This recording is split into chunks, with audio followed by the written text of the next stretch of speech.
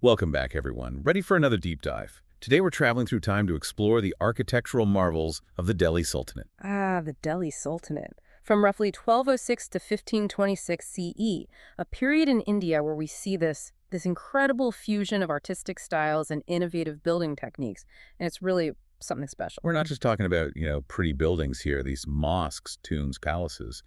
They reflect the cultural and historical shifts of a pretty pivotal era. Yeah, think of it as a history book written in stone and mortar. Every arch and inscription is telling a story. So where do we even begin with this architectural adventure? Well, the Quwwat-ul-Islam Mosque in Delhi is a great place to start. Built by Quwwat-ul-Din Ibak, it really showcases those traditional Indian construction techniques in a way that sets the stage for what's to come. Okay, so what makes this mosque stand out? Well, it uses the trabeated system, also known as the post and lintel system. It's all about those horizontal beams and vertical columns, really distinctly Indian, and it differs from that vaulted style common in other Islamic regions. So they incorporated local building methods instead of just, like, importing foreign styles.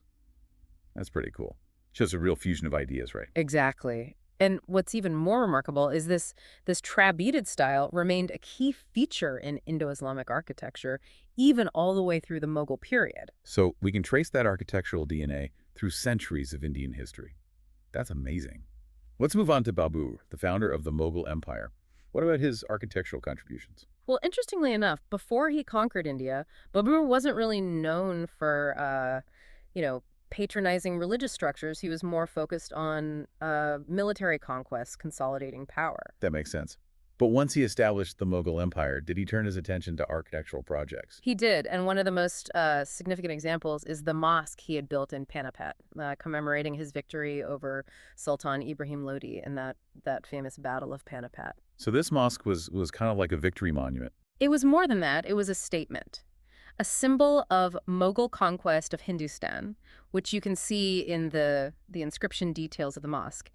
And Babur's architectural influence doesn't stop there. Two other mosques were built under his rule, one by a noble in Sambal and another in Ayodhya. Okay, so he's definitely started to leave his architectural mark. What was special about these mosques? Well, the Sambal Mosque, it represents typical early Mughal mosque architecture. Quite simple in design, really. The mosque in Ayodhya is more interesting. It incorporates black stone columns, and these columns come from a pre-12th century temple. Reusing materials from older structures was pretty common back then. So they were like repurposing elements from existing building. Exactly. It wasn't just about practicality either. It also carried symbolic meaning. It represented the integration of existing traditions into the new Mughal rule. That's fascinating. It's amazing how these buildings can tell us so much about the political and social dynamics at the time. Now, we can't talk about the Mughals without mentioning Akbar, right? Babur's grandson, who was known for his grand vision and his patronage of the arts. What was his architectural legacy? Akbar's architectural endeavors were certainly impressive, but his focus, it differed a bit from Babur's. He was all about projecting the power and majesty of the Mughal state. This is reflected in his preference for forts and palaces, over mosques.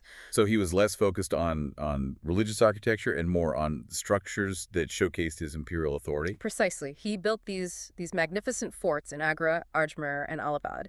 And these forts, they demonstrated his military power and his control over vast territories. And within these forts, he constructed palaces, each with its own unique style. The Ajmer Palace, for instance, features a stunning 9-bayed pillared pavilion within a fortified quadrangle. It sounds incredible. But let's not forget Akbar's most famous project, the city of Fatehpur Sikri. It's considered an architectural masterpiece, right? Absolutely. Fatehpur Sikri, it wasn't just a capital, it was a symbol of Akbar's vision for this diverse and harmonious empire. At its heart lay his palace complex, this sprawling collection of structures that blended different architectural styles, influences. And we can't talk about Fatehpur Sikri without mentioning the Jami Masjid and the Buland Darwaza, right? You're absolutely right. The Jami Masjid, or, the Congregational Mosque, is a marvel in itself. Its interior, that's just impressive. Intricate marble inlay work, painted arabesques, exquisite floral motifs. Talk about attention to detail. Indeed. And the level of sophistication there suggests influence from Timurid prototypes. We see that cross-cultural exchange of artistic ideas. It's like a melting pot of architectural styles. Yeah. Now, what about the Buland Darwaza? Yeah. It's that massive gateway, right? Yeah, that's the one. Standing tall at the southern entrance of the Jami Masjid, it's one of the most iconic features of Fatehpur Sikri. Now, while it's often seen as this monument commemorating Akbar's military victory in Gujarat, there's more to it than meets the eye.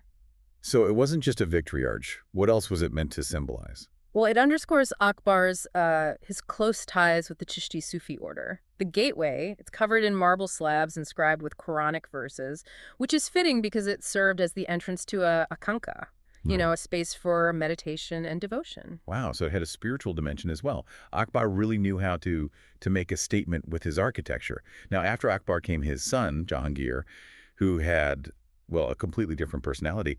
How did that reflect in his architectural patronage? Jahangir's architectural tastes were a bit more personal and, dare I say, a bit more romantic. Romantic. How so? Well, he had this fondness for gardens and hunting pavilions, structures that reflected his love of nature and his more leisurely pursuits. He even expressed admiration for a pavilion and garden built by Rajaman Singh in Hassan Abdal. He actually funded additional construction projects at that site. So he wasn't just building for himself, he was also supporting projects he admired. Exactly. And get this, he also deeply appreciated the architectural achievements of previous rulers. He was quite taken by the Jami Masjid and palaces of the Mandi Sultans. Interesting. It seems like he was less focused on outdoing his predecessors and more on cultivating beauty and enjoyment in his architectural projects. You've hit the nail on the head. And speaking of beauty and enjoyment, we can't forget the role of Nur Jahan, Jahangir's influential wife. She had a profound influence on Mughal architecture, especially when it came to gardens. I've heard so much about Mughal gardens. What made them so special? Well, they were more than just beautiful spaces. They were designed to evoke paradise with intricate layouts, flowing water channels, fragrant flowers, and shady trees. Jahangir himself often remarked on the pleasure he derived from visiting these gardens, especially those designed by the architect Khwaja Jahan for Nur Jahan. So these gardens were like architectural poems dedicated to nature and beauty. Beautifully put.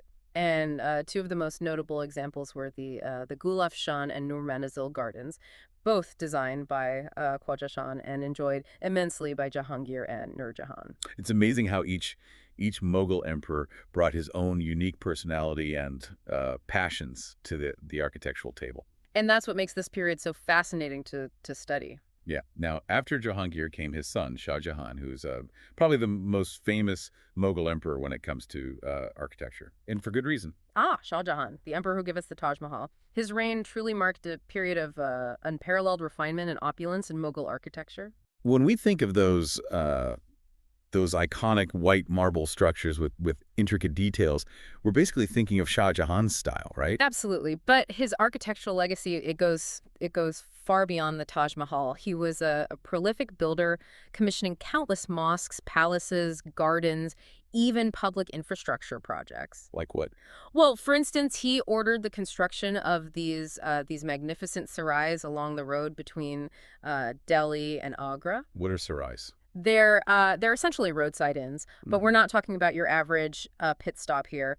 These sarais were grand, luxurious structures. They were meant to provide comfort and safety to travelers. So he was concerned with public amenities as well. Very much so. And there were several reasons behind the construction of these sarais. First, it was a matter of protecting investments, particularly for nobles like Mariam al-Zamani, the queen mother who was heavily involved in trade. These sarais ensured the safe passage of goods and merchants. Makes sense. What else? Well, it was also a matter of fulfilling the emperor's decree. Shah Jahan had issued a decree encouraging the construction of sarais, and so nobles were eager to demonstrate their loyalty and obedience. So there was a political dimension as well. Anything else? Last but not least, it was an opportunity for nobles to showcase their power and wealth. Building a grand sarai along a major trade route was a way to assert their status and influence. Ah, so these buildings were doing a lot of heavy lifting, both practically and symbolically. Now, Shah Jahan's architectural style was so influential it even impacted Hindu nobility, right? Absolutely. Take a Bir Singh Deo's palace at Datia and the Jahangiri Mandir at Orcha, for example. Look interesting about those structures. Well, they prominently display Mughal influences. It showcases how Shah Jahan's architectural taste transcended religious and social boundaries. So even Hindu rulers were incorporating elements of Mughal style into their palaces and temples. That speaks volumes about the cultural impact of Shah Jahan's architectural vision. Indeed, it's a testament to the power of aesthetics to transcend boundaries. It's incredible how architecture can be such a powerful reflection of a ruler's personality, vision, and even the political and social dynamics of an era. What about the emperors who came after Shah Jahan?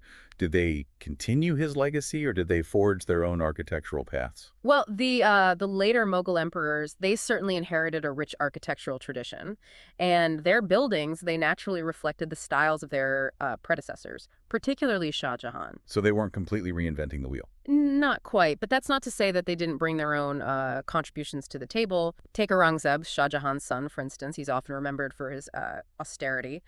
But he also commissioned some notable architectural projects. Such as?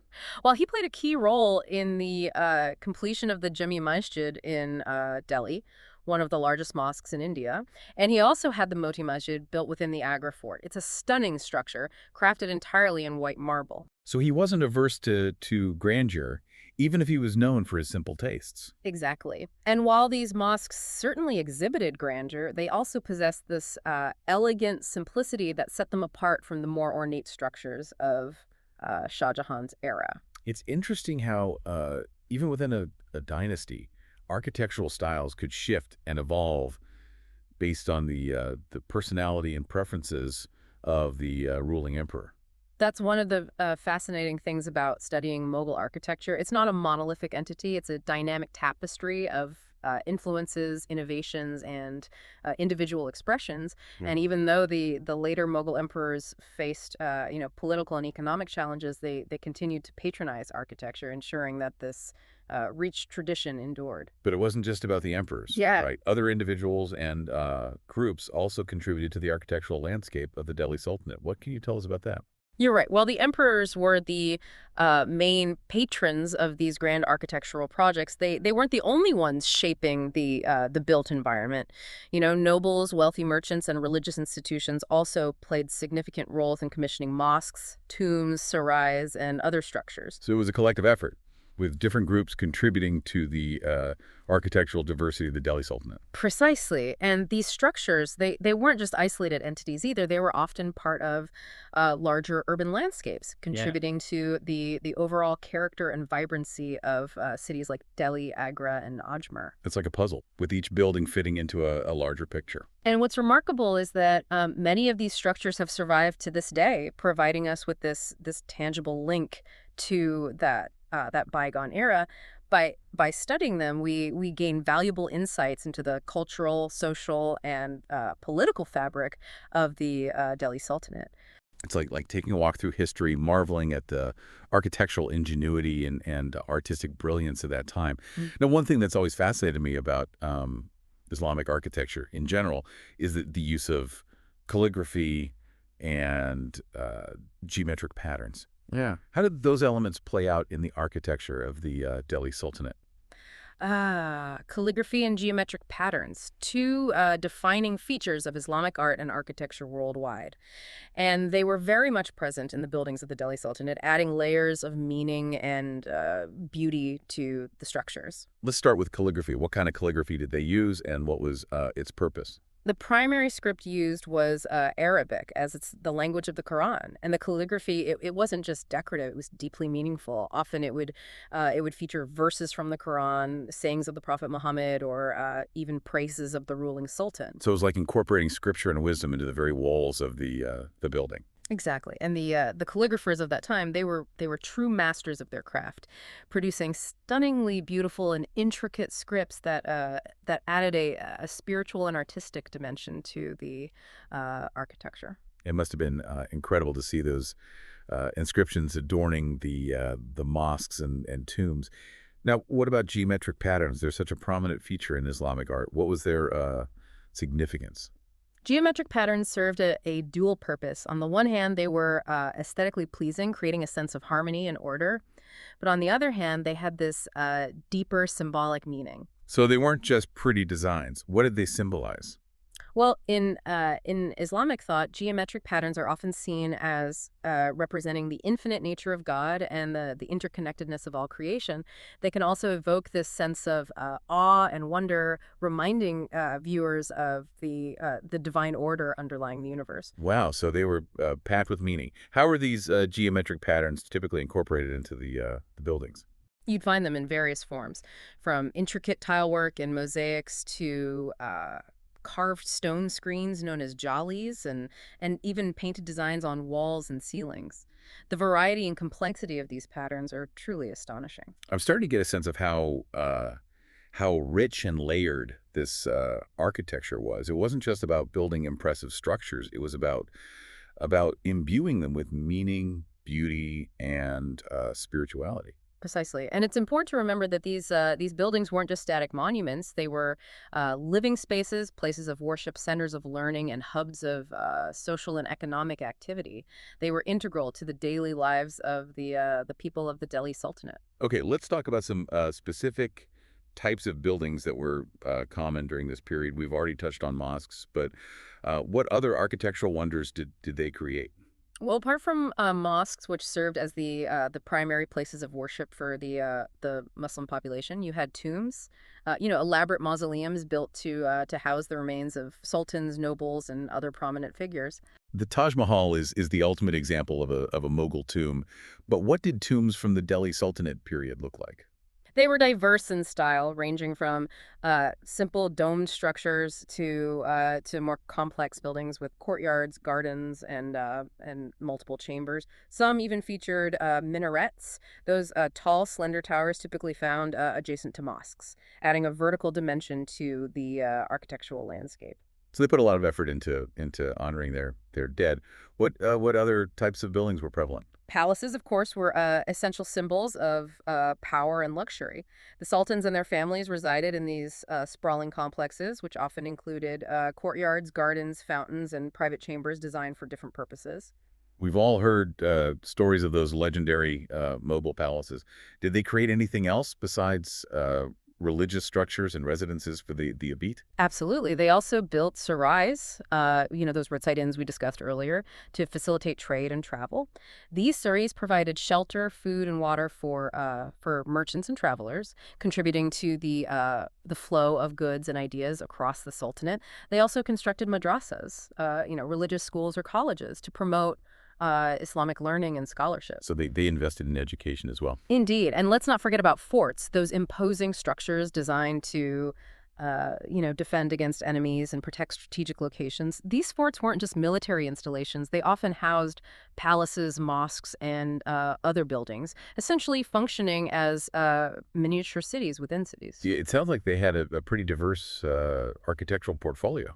They certainly did. And what's remarkable is that these various building types were often interconnected, both physically and symbolically. A mosque might be located next to a madrasa, for instance, or a palace might be integrated into a fort complex. So it wasn't just about individual buildings. It was about creating cohesive urban landscapes that reflected the multifaceted nature of society. That's exactly right. And you know what's even more impressive? Let's have. Many of the architectural innovations and design principles developed during the Delhi Sultanate period, they continued to influence Indian architecture for centuries to come. So their legacy wasn't confined to their own time.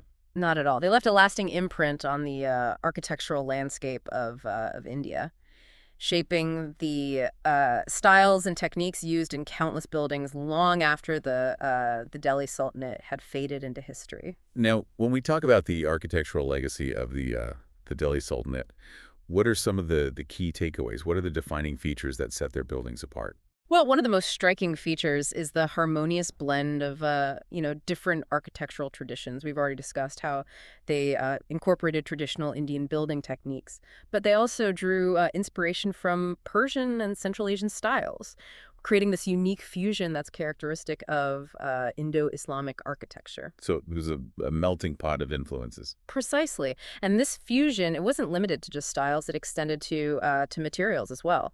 They used a variety of materials, including stone, brick, marble, timber, and even glazed tiles, often combining them in innovative ways. It sounds like they were quite adventurous in their use of materials. They were, and another defining feature is the emphasis on symmetry and geometric order.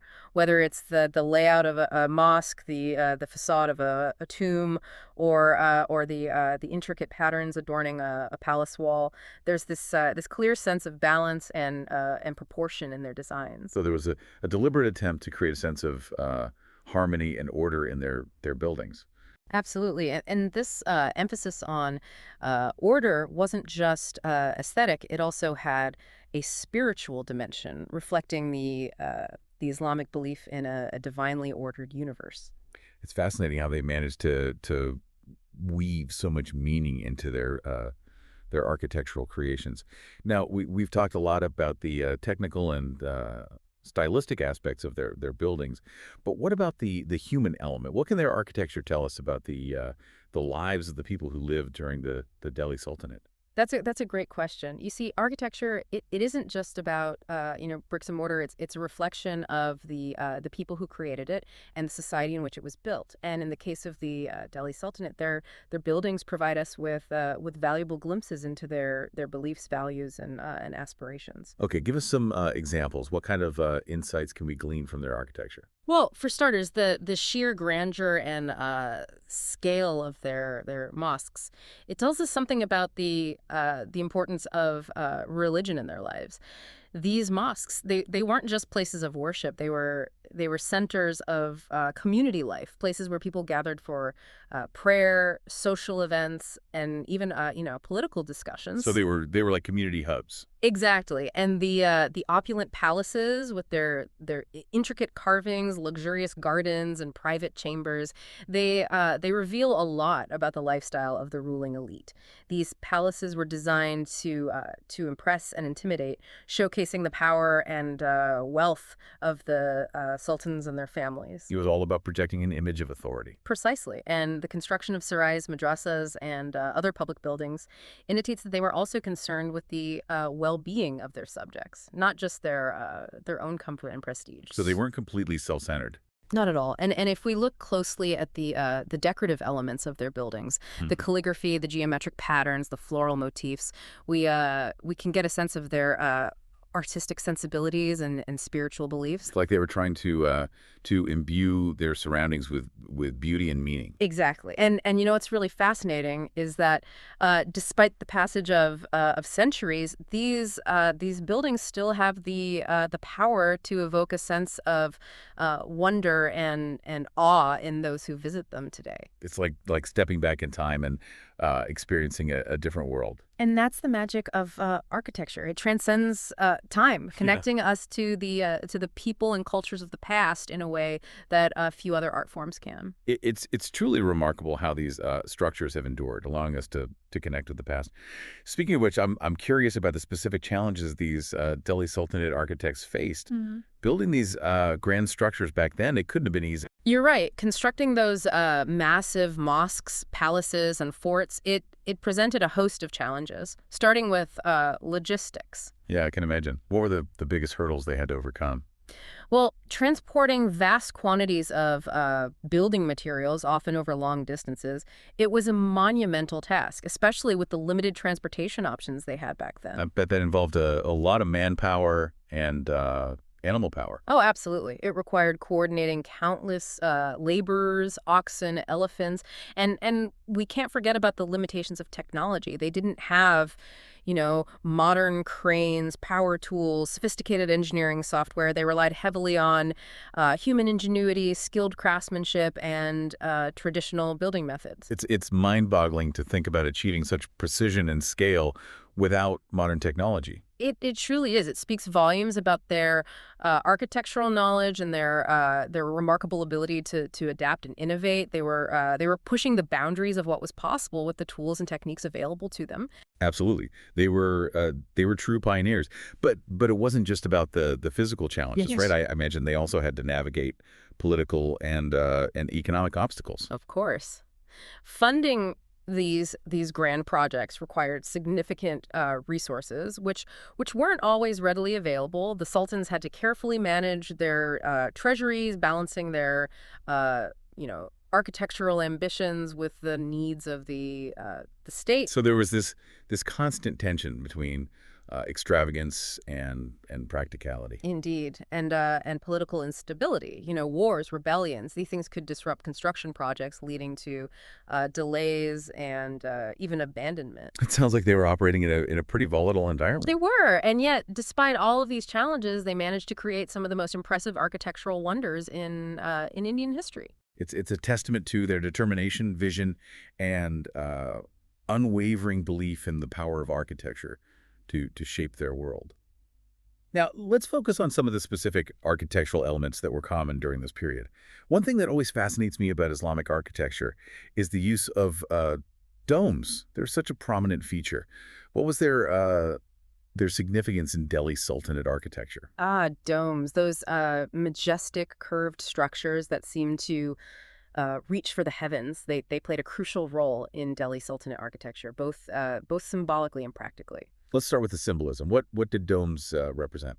Well, in Islamic thought, domes are often seen as representing the vault of heaven, Yeah. symbolizing the divine presence and the aspiration to connect with the spiritual realm. So they weren't just architectural elements. They were imbued with religious significance. Exactly. And they also conveyed a sense of power and grandeur. A soaring dome, especially when placed atop a mosque or a tomb, it commanded attention and evoked a sense of awe.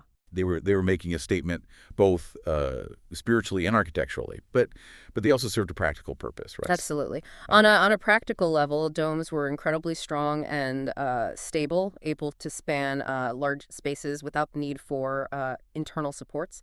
This allowed for the creation of open, airy interiors, perfect for mosques and other public buildings. So they were both beautiful and functional. Did they also help regulate temperature and light? They did. Their curved shape allowed for better air circulation, while small openings at the top, known as oculi, could be used to let in natural light. The architects really thought about maximizing both form and function. Speaking of form, did the domes of the Delhi Sultanate period exhibit a variety of styles and techniques? They did. One common type was the single dome structure, often seen in smaller mosques and tombs. These domes were typically hemispherical or slightly pointed, resting on a circular drum. It was a simple but elegant design. And as architecture evolved, they started experimenting with more complex dome structures, such as double domes and even triple domes. Triple domes. What was the purpose of that? Triple domes were essentially a way to create even grander and more impressive structures. The outermost dome would be the largest, followed by a smaller dome, and then an even smaller dome at the center. So it was all about creating a sense of scale and grandeur. Did they experiment with the shapes and profiles as well? Absolutely. Some domes were bulbous, while others were more elongated or flattened. They had a lot of fun experimenting with different dome designs, resulting in a rich and diverse collection of domes that grace the architectural landscape of the Delhi Sultanate. Besides domes, what other architectural elements were characteristic of this period? What about arches? Arches. Those elegant curved structures that seemingly defy gravity. They were another essential element in Delhi Sultanate architecture, both aesthetically and structurally. What role did arches play in their buildings? Well, on a visual level, arches created a sense of height and grandeur, adding a touch of drama to facades and interiors. They were often used to frame doorways, windows, and even niches within walls. So they were like architectural punctuation marks, adding emphasis and rhythm to the design. Yeah. Did they also have a structural purpose? Yes. Structurally, arches were incredibly strong, able to distribute weight efficiently and create large open spaces. They were essential for creating those spacious interiors that we talked about earlier. And just like with domes, they experimented with various arch designs, each with its own unique aesthetic and structural properties. What were some of the different arch styles they used? One common type was the pointed arch, borrowed from Islamic architecture and other parts of the world. Pointed arches with their distinctive upward curve, they created a sense of verticality, making spaces feel taller and more majestic. They seem to draw the eye upward, creating a sense of aspiration. Exactly. And they were also very strong, able to support a lot of weight, making them ideal for spanning large openings. So they were both beautiful and functional. They also used horseshoe arches, particularly popular in early Delhi Sultanate architecture. Horseshoe arches with their wider, more rounded shape, they created a softer, more inviting feel compared to the pointed arch. It sounds like they added a touch of elegance and grace. Exactly. And they also experimented with multifoil arches, which featured a series of lobes or cusps along their curve. They sound intricate. They were. Multifoil arches, they added a layer of complexity and ornamentation, creating a sense of richness and detail. You'd often find them adorning doorways and niches, adding a touch of visual interest to otherwise plain surfaces. It sounds like they had a knack for combining aesthetics and functionality. They did, and Yeah. it's this mastery of architectural elements from domes and arches to intricate patterns and calligraphy that makes Delhi Sultanate buildings so captivating and enduring. Now, speaking of captivating elements, let's talk about those stunning carved stone screens we keep hearing about, the jailis. Jailis, those exquisite lattice-like screens that are so characteristic of Indo-Islamic architecture. They were more than just decorative elements. They were a brilliant fusion of art, science, and practicality. Okay, break it down for me. What made jailis so special? Well, on an aesthetic level, they were absolutely breathtaking. The intricate patterns, often featuring geometric designs, floral motifs, and even calligraphic inscriptions. They added a layer of visual complexity and beauty to buildings. They're like works of art in themselves. They are, and they also played a clever role in controlling light and ventilation. How so? Well, the intricate patterns of the jailis, they allowed for the passage of air and light while simultaneously providing shade and privacy. So they were like natural air conditioners and privacy screens rolled into one. Exactly. And they were particularly effective in hot climates, allowing cool breezes to flow through buildings while filtering out harsh sunlight. So they were a sustainable and climate responsive solution. Precisely. And they also served a symbolic purpose. What did they symbolize? Well, in Islamic thought, jellies are often seen as representing the veil between the material and spiritual worlds, suggesting a connection between the earthly and the divine. Wow, so they had a deeper meaning beyond their practical and aesthetic qualities. They did, and they also symbolize the interplay between light and shadow, order and complexity, concepts that hold deep significance in Islamic philosophy. It's fascinating how they managed to pack so much meaning into a seemingly simple architectural element. And they were masters at incorporating jollies into various parts of buildings, from windows and balconies to walls and even domes. So they were a versatile and integral part of their architectural vocabulary. Absolutely, and you know what's really That's the Jolly tradition, it continued to thrive in Indian architecture long after the Delhi Sultanate period, evolving and adapting to suit different styles and contexts. You can still see stunning examples of Jollies in Mughal buildings and even in contemporary Indian architecture. So it's a testament to the enduring appeal and ingenuity of this architectural element. Indeed. It's a reminder that good design transcends time and continues to inspire and delight across generations. Now, as we delve deeper into the architectural wonders of the Delhi Sultanate, I'm struck by the sheer diversity of their building styles. It wasn't just one monolithic style, right? You're absolutely right. Delhi Sultanate architecture, it encompassed this fascinating array of styles, reflecting the influences of different rulers, regions, and periods. Okay, help us navigate this stylistic landscape. What were some of the key styles that emerged during this time? Well, one of the earliest and most influential styles was the Mamluk style, which originated in Egypt and Syria. So they were importing architectural ideas from other parts of the Islamic world. Precisely. The Mamluks, who were, slave soldiers who rose to power in Egypt, they had developed this distinctive architectural style characterized by its grandeur, symmetry, and use of contrasting colors. So how did this Mamluk style manifest itself in Delhi Sultanate buildings? Well, you can see its influence in early structures like the Quwwat-ul-Islam Mosque, with its massive scale, its use of red sandstone and white marble, and its incorporation of spolia, architectural elements repurposed from pre-existing Hindu and Jain temples. So it was a grand and imposing style befitting a newly established power. Exactly, and as the Delhi Sultanate evolved, so did its architecture. Another notable style that emerged was the Tughlaq style, named after the Tughlaq dynasty that ruled from 1320 to 1414. So each dynasty brought its own architectural flavor to the mix. That's right. The Tughlaqs were known for their practicality and their penchant for experimentation.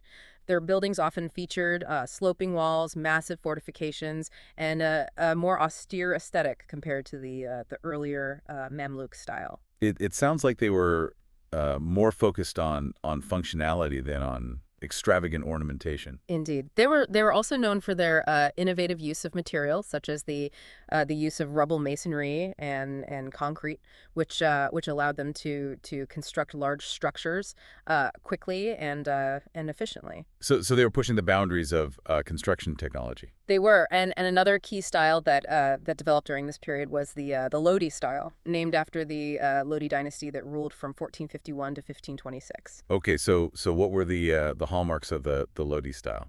The Lodi style was characterized by its elegant simplicity, its use of double domes, and its incorporation of decorative elements like glazed tiles and intricate brickwork. It sounds like a more refined and ornate style compared to the Tughlaq style. Exactly. The Lodis were great patrons of art and architecture, and their buildings reflect their desire to create beautiful and harmonious spaces. So we're seeing a progression of styles, each building upon the innovations of the previous one. That's right. And it's important to note that these styles, they weren't always rigidly defined. There was often overlap and blending, with architects borrowing and adapting elements from different traditions. So it was a dynamic and ever-evolving architectural landscape. Precisely. And it's this fusion of styles, this willingness to experiment and innovate that makes Delhi Sultanate architecture so fascinating and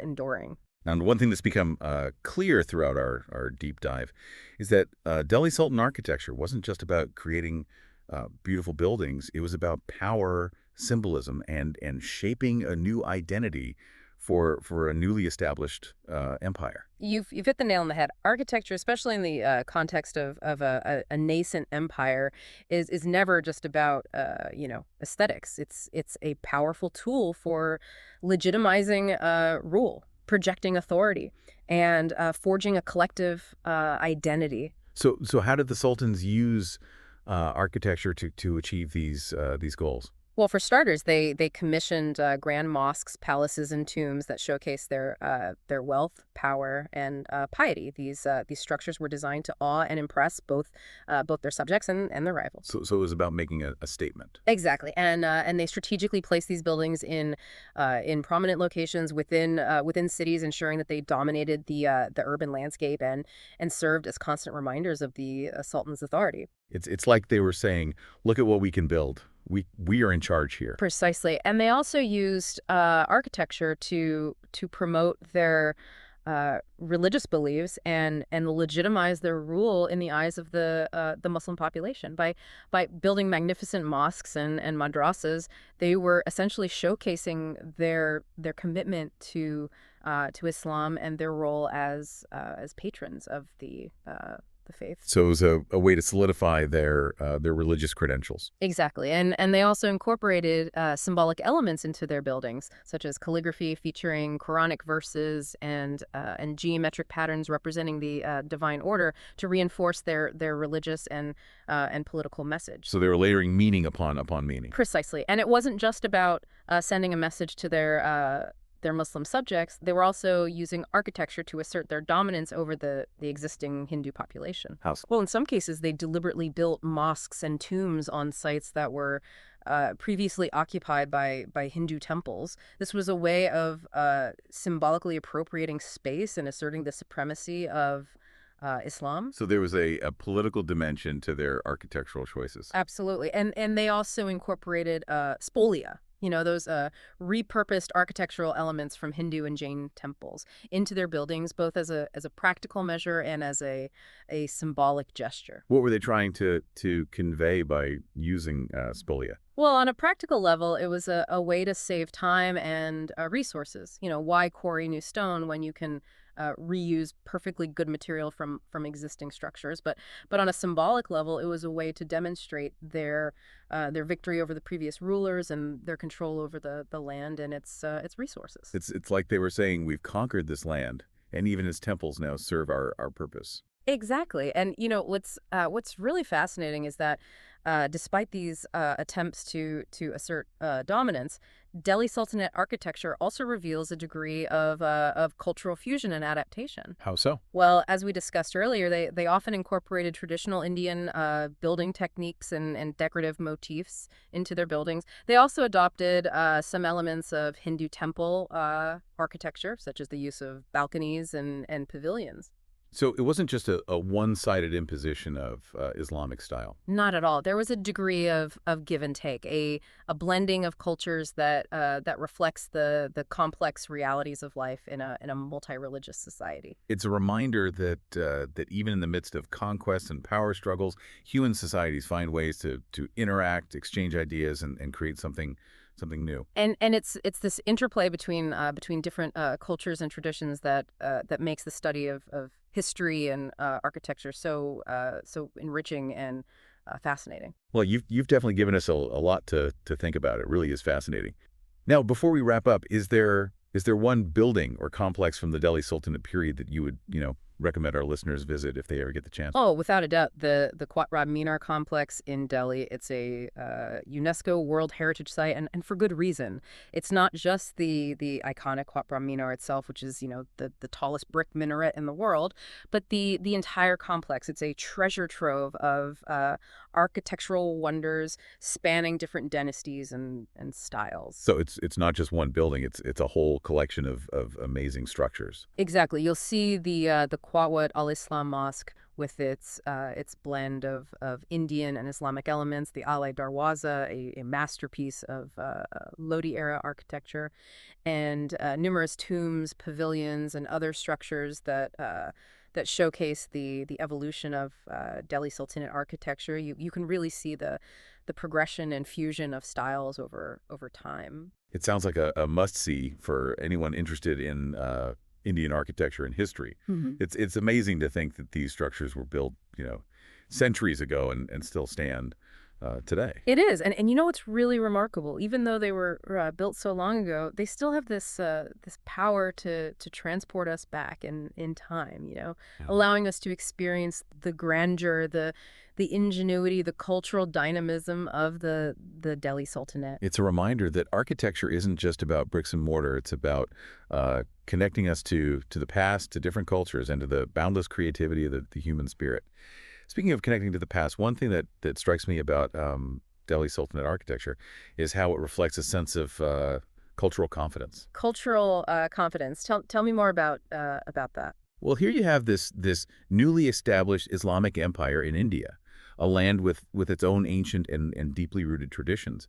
But instead of simply trying to erase those traditions. They chose to engage with them, to blend them with their own architectural vocabulary. You're absolutely right. And this fusion of styles, it wasn't just about aesthetics. It was a statement about their willingness to adapt, to embrace the local culture, and to create something new and vibrant, something uniquely their own. It's like they were saying, we're not here to simply impose our ways. We're here to create something that's both Islamic and Indian. Precisely, and this cultural confidence is evident not just in the grand mosques and palaces, but also in smaller, more everyday structures. What kind of structures are you thinking of? Well, take stepwells for instance. These were essentially elaborate multi-story wells that provided access to water, often in arid regions.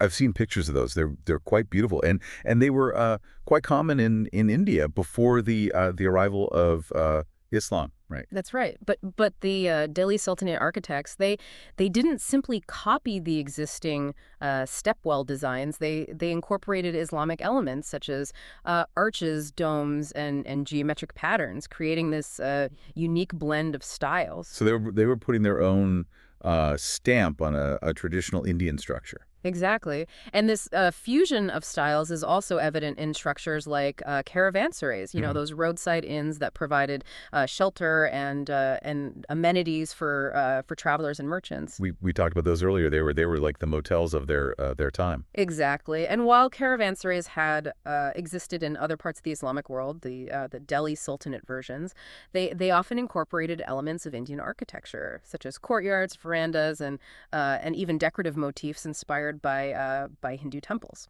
So they were creating this hybrid architecture that was both functional and aesthetically pleasing. Precisely. It's this cultural confidence, this willingness to blend and adapt that makes Delhi Sultanate architecture so unique and enduring. It's a reminder that great architecture is often the result of cultural exchange and cross-pollination of ideas and techniques.